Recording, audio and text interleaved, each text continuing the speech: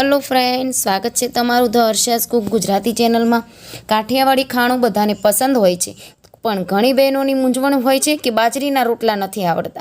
तो आज आपणे टीपीने कि थाबड़ीने नहीं पण एक नवी ज रीते हूँ तमारा माटे बाजरीनो रोटलानी रेसिपी लईने आवी छुं। तो आज आपणे बाजरीनो रोटलो वणीने बनावशुं। तो जी हाँ फ्रेंड्स, घणी बहनोनी कॉमेंट आवे छे कि एमने बाजरीनो रोटलो टीपता अने थाबड़ता तो आवड़े छे, पण शेकवा टाइमे एमने तिराड पड़े छे અને ભમરા પડી જતા હોય છે। તો આજે હું તમને રોટલા શેકવાની પૂરેપૂરી ટિપ્સ સાથે અને તમારા રોટલા પણ ફૂલીને દડા જેવા સરસ થાય એવી ટિપ્સ આપી અને શીખવાડીશ। તો ચાલો બાજરીના રોટલા વણીને બનાવવાનું શરૂ કરીએ।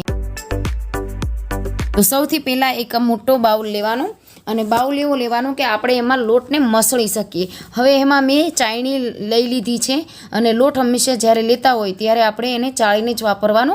તો અહીંયા 1 કપ બાજરીનો લોટ લીધો છે અને એને આપણે આ રીતે ચાળી લેવાનો છે અને ઉપર તમે જોઈ શકો છો કે થોડું ચાયણ નીકળે છે, તો એને આપણે અલગ કરી દેવાનું છે। જો મિત્રો તમે ચાળશો નહીં ને લોટને તો આ રીતે ઉપરના જે ગઠ્ઠા છે એ જ્યારે મસળશો તો વચ્ચે આવશે, એટલા માટે આપણે હંમેશા લોટને ચાળીને જ વાપરવાનો।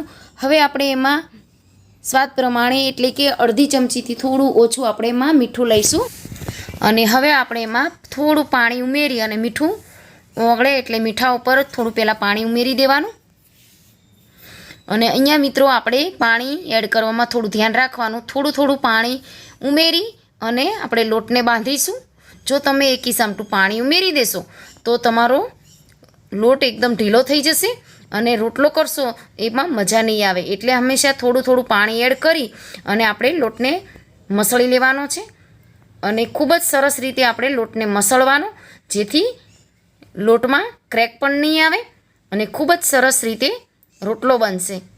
તો કોઈ ફરિયાદ નહીં આવે જો તમે મારી રીતે બનાવશો એક વખત બાજરીનો રોટલો તો ખૂબ જ સરસ બનશે। અને આ રીતે થોડું પાણી લેતું જઈ અને એને મસળી લેવાનું છે। તો અહીંયા મસળવા ટાઈમે જો આપણો હથેળીનો જે ભાગ છે આ ભાગને તમારે પ્રેસ કરી અને મસળવાનો છે, જેથી જલ્દીથી મસળાઈ જશે। આ પહેલાં પણ આપણે બાજરીનો રોટલો થેપીને બનાવ્યો હતો તો એને ખૂબ જ સરસ એવો સપોર્ટ મળ્યો હતો। તો મિત્રો આને પણ એટલો જ સપોર્ટ કરજો। હવે આપણો લોટ મસળાઈ ગયો છે તો એને આ રીતે આપણે લૂવો કરી લઈશું અને 2 પાર્ટમાં આપણે વહેંચી લઈશું। તો આટલા લોટમાંથી આપણે 2 રોટલા બનાવીશું।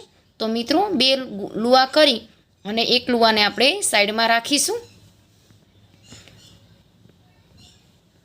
તો એકને સાઈડમાં રાખી અને એક લુવાને આપણે આ હાથેથી ગોળ બનાવી લેવાનો છે લુવો, એટલે એકદમ લીસો એવો આપણો લુવો તૈયાર થઈ જશે। તો આ રીતે કર્યા પછી એને વચ્ચેથી પ્રેસ કરવાનું, જેથી સરસ એવો ચપટો આપણો લોટનો લુવો બની જશે। હવે આપણે પાટલી લેવાની છે અને એની ઉપર આ રીતે આપણે કાગળ લઈ લેવાનું છે। પ્લાસ્ટિકનો કોઈ પણ કાગળ હોય તો ચાલે, એની ઉપર આપણે લુવો મૂકી અને એની ઉપર બીજો કાગળ પણ મૂકી દેવાનો છે અને વેલણની મદદથી આપણે એને વણવાનો છે। તો વણતી સમયે તમારે એક વાતનું ખાસ ધ્યાન રાખવાનું કે અહીંયા રોટલો વણતી વખતે એકદમ દબાવીને ઘઉંની રોટલી વણો એ રીતે નહીં વણવાનું, એકદમ હળવા હાથે વણવાનું છે। તો મિત્રો જો આ રીતે તમે રોટલો વણશો તો તમારો રોટલો ફાટશે પણ નહીં અને ક્રેક નહીં આવે અને ભમરો પણ નહીં પડે।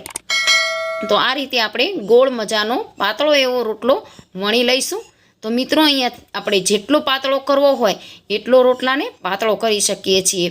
તો આ રીતે આપણે બધો રોટલો ગોળ મજાનો વણી લીધો છે। તો તમે જોઈ શકો છો કે આપણો રોટલો ગોળ મજાનો વણાયો છે અને એક ક્રેક પણ નથી આવી। તો તમે જોઈ શકો છો હું રોટલી વણું છું એ રીતે ગોળ ફેરવતી જાઉં છું અને વણતી જાઉં છું।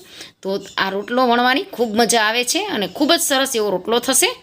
તો રોટલો આપણો વણાઈને તૈયાર થઈ ગયો છે। તો એકદમ પાતળો રોટલો થશે। જો તમે થાબડીને બનાવતા હોય અથવા તો ટીપીને બનાવશો તો રોટલો આટલો પાતળો નહીં થાય, એટલો રોટલો પાતળો તમે વણીને બનાવી શકો છો અને કોઈને ખબર નહીં પડે કે તમારો રોટલો તમે વણીને બનાવ્યો છે। એવો ગોળ અને એકદમ ફૂલીને દડા જેવો રોટલો આપણો તૈયાર થશે। તો મિત્રો રોટલો વણાઈ ગયો છે તો એને ઉપરથી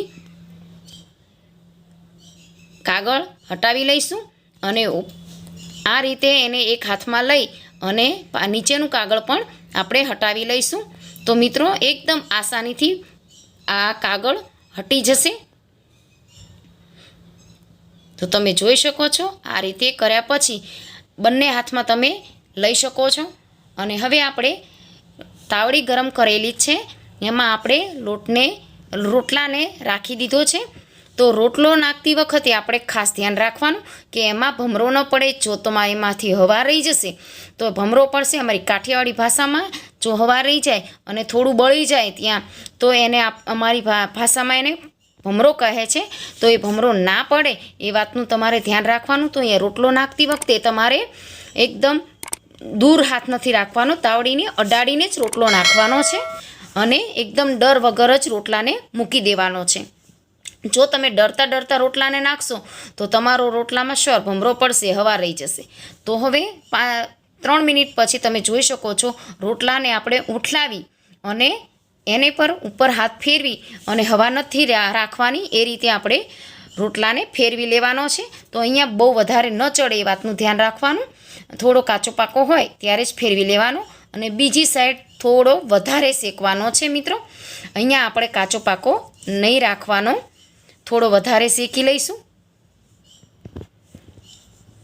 તો મિત્રો છે ને એકદમ સહેલી રીત। તો મારી આ રીત તમને ખૂબ પસંદ આવી હશે મિત્રો। આશા કરું છું કે આને પણ તમે એટલો જ સપોર્ટ કરશો। તો હવે આપણે તમે જોઈ શકો છો જો કોરે ના ચડ્યો હોય તો તમારે કોર જે બાજુ ચડી ગયો હોય એને થોડો સાઈડમાં રાખી, ન ચડ્યો હોય એ વચ્ચે રાખી અને એને પણ શેકી લેવાનો, જેથી બાજરીનો રોટલો એકદમ કડક અને સ્વાદિષ્ટ બનશે। તો રોટલો આપણો શેકાઈ ગયો છે અને એને ઉઠલાવી દઈએ। હવે આપણે આને અડવાનું નથી પણ એકદમ ફૂલી ગયો છે। તમે જોયું કે મૂકતાની સાથે જ આપણો રોટલો એકદમ ફૂલીને દડા જેવો થઈ ગયો છે। તો હું તમને બતાવી દઉં કે રોટલો આપણો ફૂલી ગયો છે। તો તમે જોઈ શકો છો કે રોટલો સરસ મજાનો ફૂલી ગયો છે। કોઈ ના કહે કે તમે આ રોટલો વણીને બનાવ્યો છે। તો મિત્રો આઈ હોપ કે તમને આ રેસીપી ખૂબ ગમી હશે।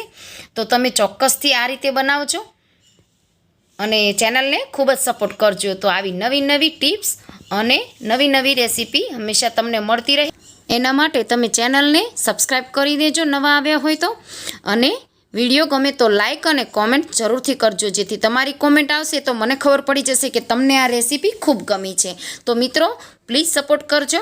અને હવે આપણે રોટલાને ઉતારી લેવાનો છે અને આ રીતે બીજો રોટલો પણ મેં વણી લીધો છે, એને પણ તાવડીમાં શેકવા રાખી દઈએ।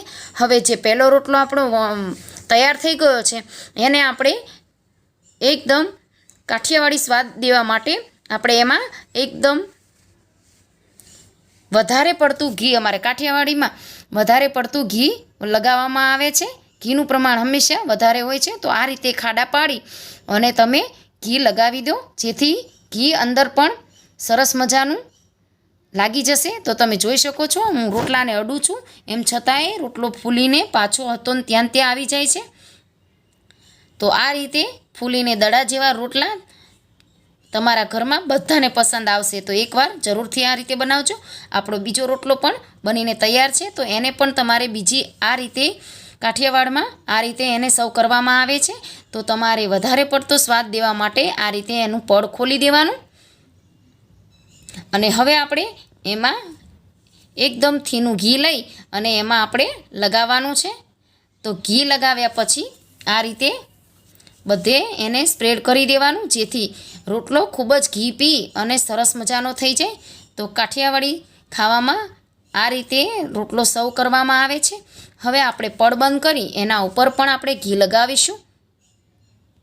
તો બે રીતે હું તમને સર્વ કરતાં બતાવું છું કે કાઠિયાવાડીમાં આ રીતે રોટલાને સર્વ કરવામાં આવે છે। તો મિત્રો હું આશા કરું છું કે તમને આ રેસીપી સારી લાગી હશે। જો સારી લાગી હોય તો લાઈક કરજો વિડીયોને અને શેર કરજો તમારા ફ્રેન્ડ્સમાં। અને જો ચેનલ પર નવા આવ્યા હોય તો સબસ્ક્રાઈબ કરી ચેનલને સપોર્ટ કરજો। બાજુમાં રહેલા બેલ આઇકનને પ્રેસ કરજો, જેથી આવનારી દરેક રેસીપીની નોટિફિકેશન તમને મળી જાય। તો ચાલો આવી નવી રેસીપી સાથે મળીએ, ત્યાં સુધી આવજો। Thanks for watching.